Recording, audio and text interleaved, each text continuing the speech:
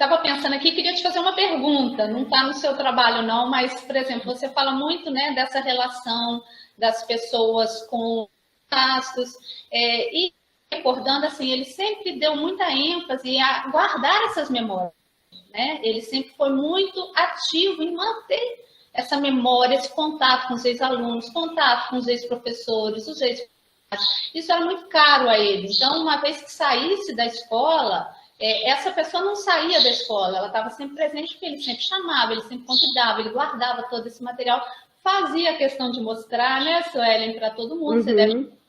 Você acha que isso também ajudou a manter essa afetividade, essa memória, esse acolhimento, como você fala, que ele foi para além do que as pessoas estudavam ali?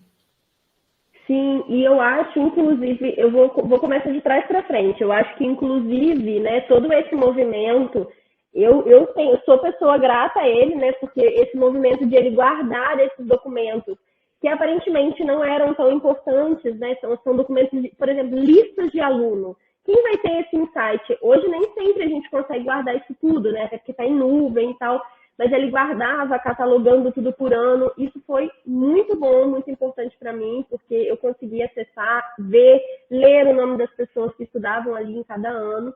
Então, eu acho que esse gosto dele, essa paixão dele pela memória, está um pouco refletido também nesse trabalho, porque o que ele escrevia, né, porque ele passou aí uns anos, já bem aqui no meado, né, do século XX, escrevendo no jornal a história, né, registrando a história do colégio. Então, tudo isso, todo esse movimento que ele fez para que essa memória não se apagasse foi importante e ela continua se repercutindo até hoje, né, nesse movimento, inclusive nesse momento, quando a gente se reúne para dialogar sobre a escola. Eu acho que a gente está perpetuando também não só a memória da escola, como a própria memória dele, né, que teve tanto cuidado, né, de guardar esses documentos.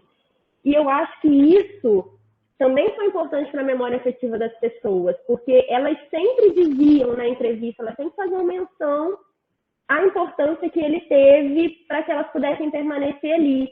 Porque, assim, eles sabiam que eles eram alunos bolsistas, né? As pessoas não sabiam, mas as pessoas da escola sabiam. Então, eles eram tratados, né, de maneira igual, né? Quem tem dinheiro, quem não tem dinheiro, todo mundo era aluno. E tinha essa memória, né? O fato de ele conversar, de ele acolher as pessoas, né? De mostrar os caminhos, de dizer, olha, a gente vai conseguir ajudar, e todo esse movimento, sabe? Eu acho que o fato da gente estreitar os laços com as pessoas, os alunos, né?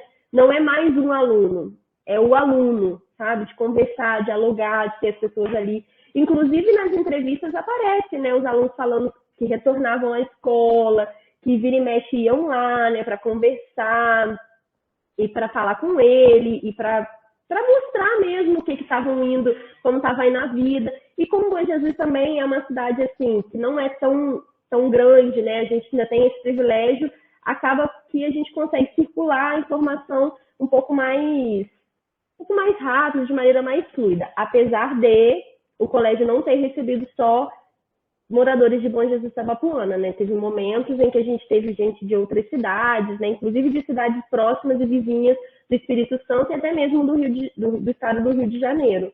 Mas eu acho que sim, isso foi muito importante para essa memória afetiva que as pessoas construíram com a escola.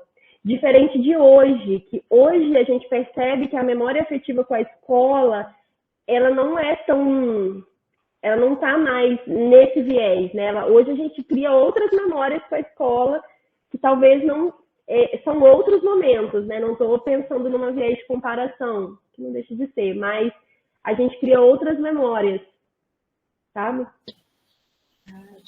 Muito interessante, Suelen. Eu acho que assim, está muito interessante. A gente poderia falar ainda muito tempo, né? Quem sabe a gente encontra, né, para falar um pouco mais. Acho que a gente já caminha aqui para ir encerrando. E aí eu queria te uma pergunta assim para a gente finalizar. Eu ia te perguntar sobre o espaço. Você contou, né? Como é que foi a sua experiência de estar no espaço, utilizar muito das fontes ali, acervo, né? Não sei se você quiser complementar alguma coisa. E também uma última pergunta você acha que existe espaço, por exemplo, para novas pesquisas sobre a educação, né, na nossa região, em Bom Jesus, e aí eu não falo só sobre o colégio, mas eu penso na questão geral, que é muito interessante porque você relaciona, não é uma memória, né, é uma pesquisa que trabalha o âmbito da educação como um todo, que a cada escola que a gente estuda, a gente acrescenta algo para a história da educação como um todo, local, regional, nacional, isso tudo são peças, né, que vão se encaixando. E você acha que na nossa região, no município, Bom Jesus do Norte, né, existe espaço ainda para novas pesquisas? O que você pensa que poderia, para alguém que está estudando e, de repente, poderia estar desenvolvendo alguma linha? Alguma linha. Perfeito.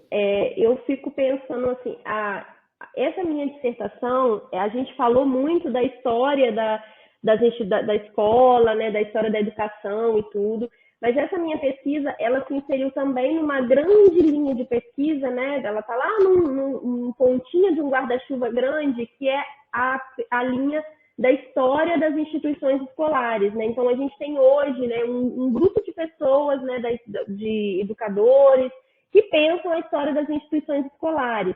E aí, esse é um ponto, né? E o outro ponto, quando eu estava construindo o trabalho, foi muito difícil construir uma trajetória do colégio pensando o Bom Jesus Itabapoana e as outras escolas que tinham, porque a gente não tinha muito registro, muita fonte.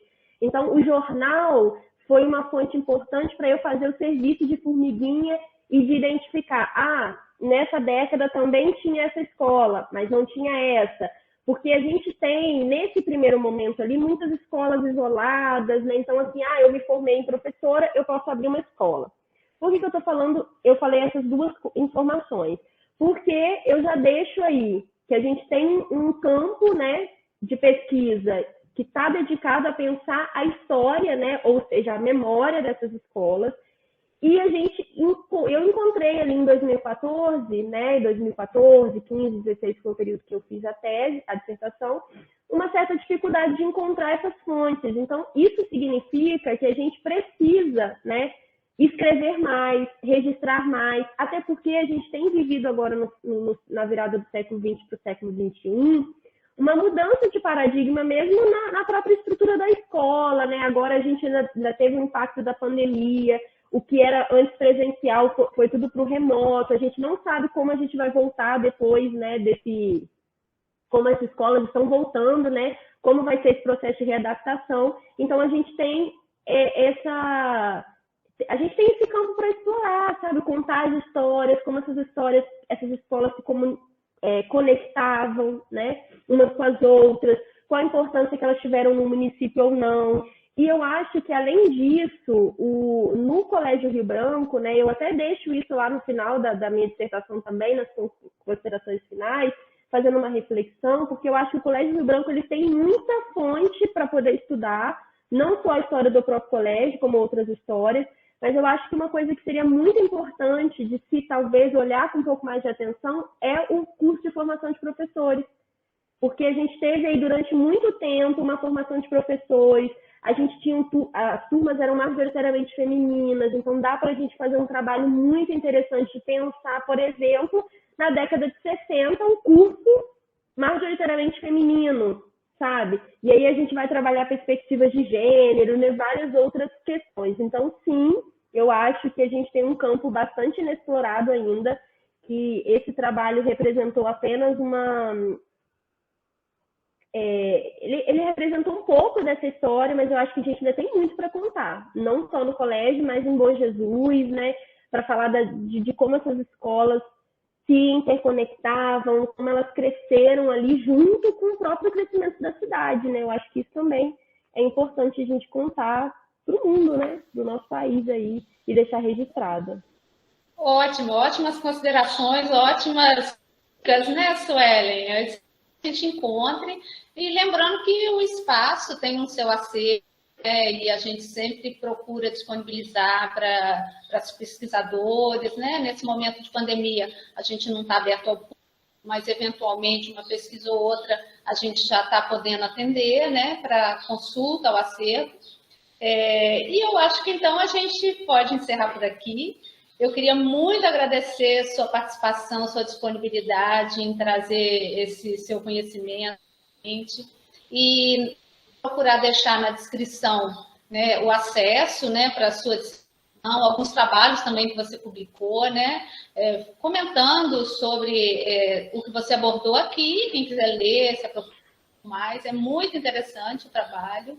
E muito obrigada, Suelen, por você estar com a gente aqui hoje e também pelo seu trabalho, porque isso ajuda também ao trabalho que a gente faz no Espaço Cultural, né, que é pensar a memória do colégio, mas também relacionar com a região, com o município. Essa é a nossa intenção.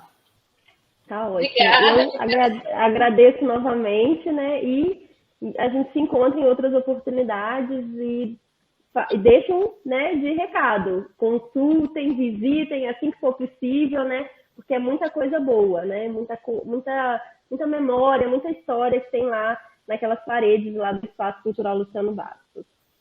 Sim, esperamos em breve poder estar recebendo todos vocês presencialmente, quando for possível, né, com segurança e tranquilidade.